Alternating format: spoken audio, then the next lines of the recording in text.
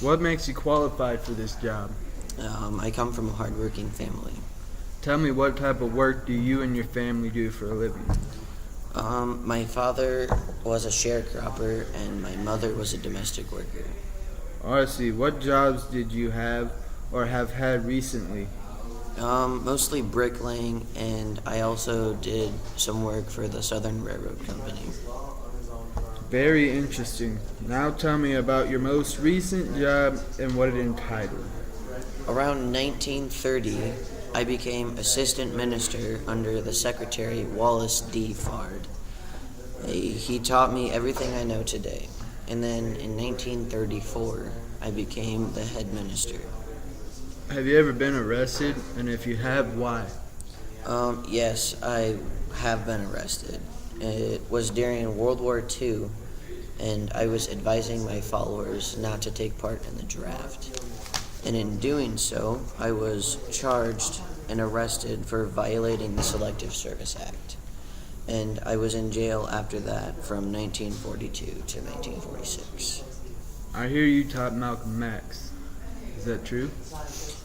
Yes, this fact is true. I taught him starting in 1952 until he decided he was going to start his own group, and that was around 1960. So your first last name was Pole, correct? Yes, this is correct. So how did your name change and where did the first one come from? As I became minister, changing names was best. So Poole was the last name of the slave owner who owned my grandfather. So this day you are a black separatist leader? Well, of course, but you could call it the Nation of Islam. Can you tell more about your job as a leader of the black separatists? It's a job of which I love, and I believe that my profession could sometimes be hectic. There was also a lot of racist people back in the day trying to rid me off and sometimes even tried to kill me.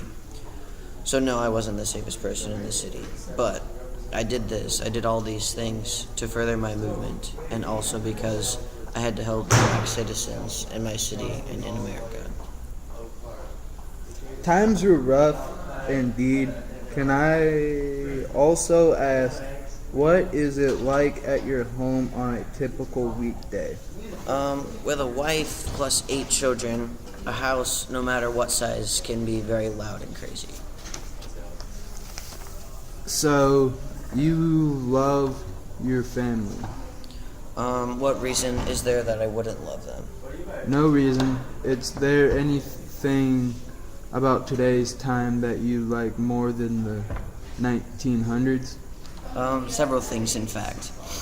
Today's time, I'm allowed to vote, and I'm even allowed, well, we even have a colored president. The first among many, but also I've noticed the laws that enable equality are actually being enforced. I can also add that buying a house and car is way easier, and, well, as long as you have the money. That's the big part. But one thing I like the most is that I can pick any job I want, as long as I have the credentials, and they can't deny me because of my race or because of my religion. So today's society is more free to American citizens, and there are several more career choices for the people. Do you consider yourself non-violent, violent, or a political protester, considering all of these are having something to do with how you handled your civil rights movement? I'd like to say I was a non-violent political protester because I can't think of any time I found myself violent on any of my protests or anything violent in that matter. Thank you for your time, Elijah. Nice to finally meet you. No, thank you.